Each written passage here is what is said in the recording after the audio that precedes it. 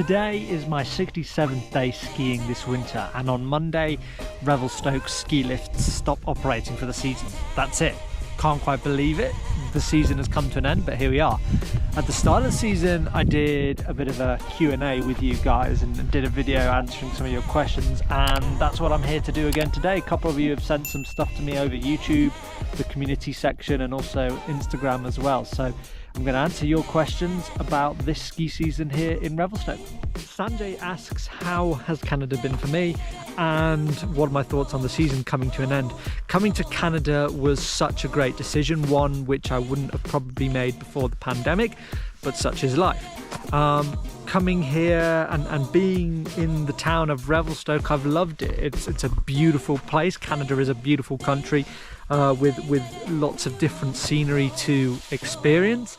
The community here in Revelstoke is very multicultural, but it's also very welcoming and embracing. Coming to Canada, you can get a really good living wage, but right now the cost of living is high, along with fuel, etc. And then there are the challenges with the waiting on your visa or immigration applications. Another challenge I did find, like in the first few months of being here, was actually getting back into working into mountain hospitality. It took me a while to get back into my stride. How do I feel about the season coming to an end? Not like previous seasons where I've been burnt out, tired, ready to go home, because I'm not going home. And the more I do this, I learn how to take better care of myself, more exercise, less partying, drinking, etc.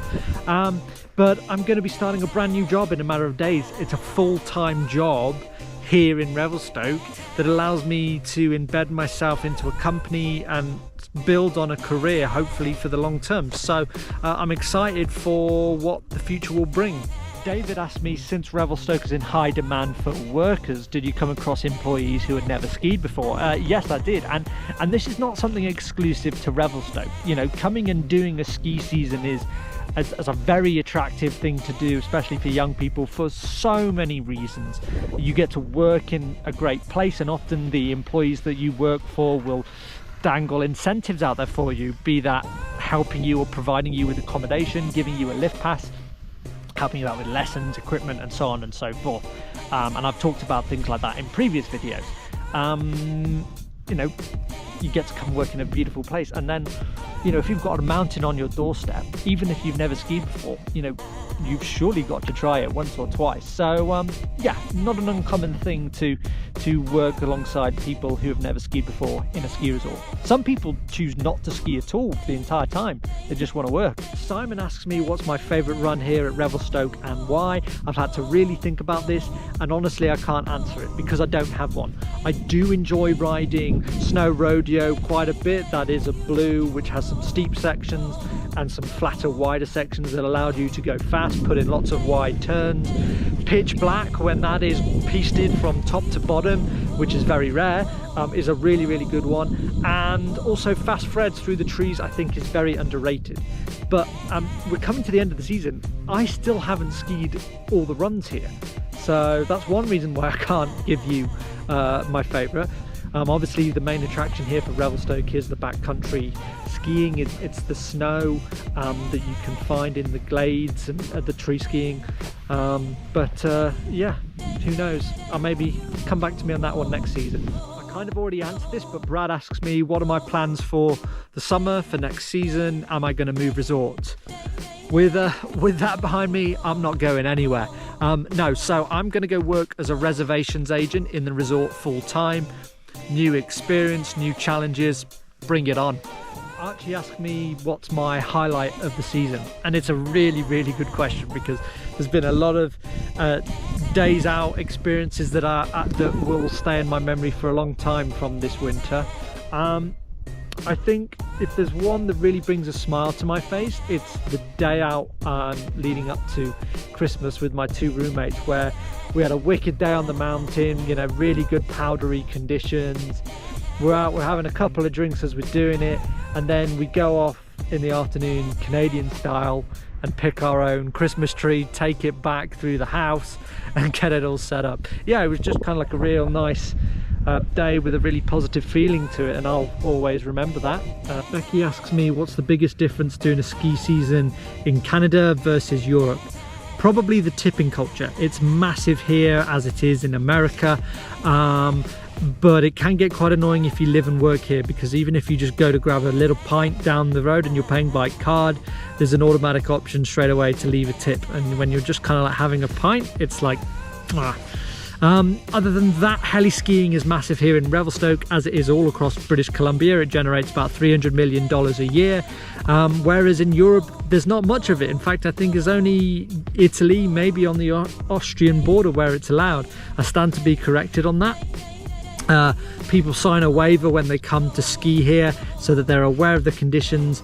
It's Canada, it's very wild. I don't remember any of that sort of signing away when you're in Europe. And then just things are very, very far away here. You know, I had to buy a car when I was here to be able to sort of get around. In Europe, a lot of the skiing areas, a lot of them are sort of fairly close by, and if there is a bit of distance, people use public transport. Jake asks a really good question, which is, what is your biggest tip for somebody doing their first ever ski season? Simply put, make the most of the mountain and what it has to offer. In your first season, you're going to be partying a lot, meeting loads of people, making new friends, and that's really, really important. But there'll be a lot of times where you wake up hungover, you might peer out the window and just think it's far nicer to spend a couple of hours in your bed feeling sorry for yourself and snacking. But actually getting up there on the mountain, I always find it sort of lifts me up if I'm having a bad day or I'm feeling, you know, a little bit worse for wear, whether it's just a couple of hours skiing or, you know, trying something else, meeting up with friends on the mountain. It just makes your time there so much better. I think you miss out a lot by not going on the mountain when you're working a ski season. And finally, both Alan and Archie have asked me questions surrounding cost, essentially asking me, look, how much does it cost to do a ski season here in Revelstoke, and what are the major expenses? A couple of quick things. I'm not looking at this as in doing a ski season. I've obviously moved over here, so I've had to spend quite a bit of money on the visa, the IEC visa, which I've talked about in a video. You can watch that. I had to buy a car. That was a huge expense when starting out getting here. Now for skiing, the lift pass, I mentioned company incentives, that was provided, so I didn't have to pay that, but right now they're on sale for next year at around $1,200, and that'll go up to close to $1,900 from October onwards. I don't need to buy any ski gear. I've got all of that. I don't need to pay for lessons, so all of that is fine. My sort of major day-to-day expenses would be fuel, which is close to $2 a litre right now, groceries, food, drink, that sort of thing.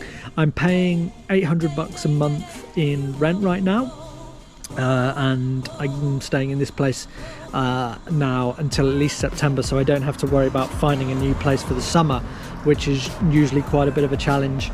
So those are some of the major expenses. I could probably do a whole video on the current cost of living here in Revelstoke.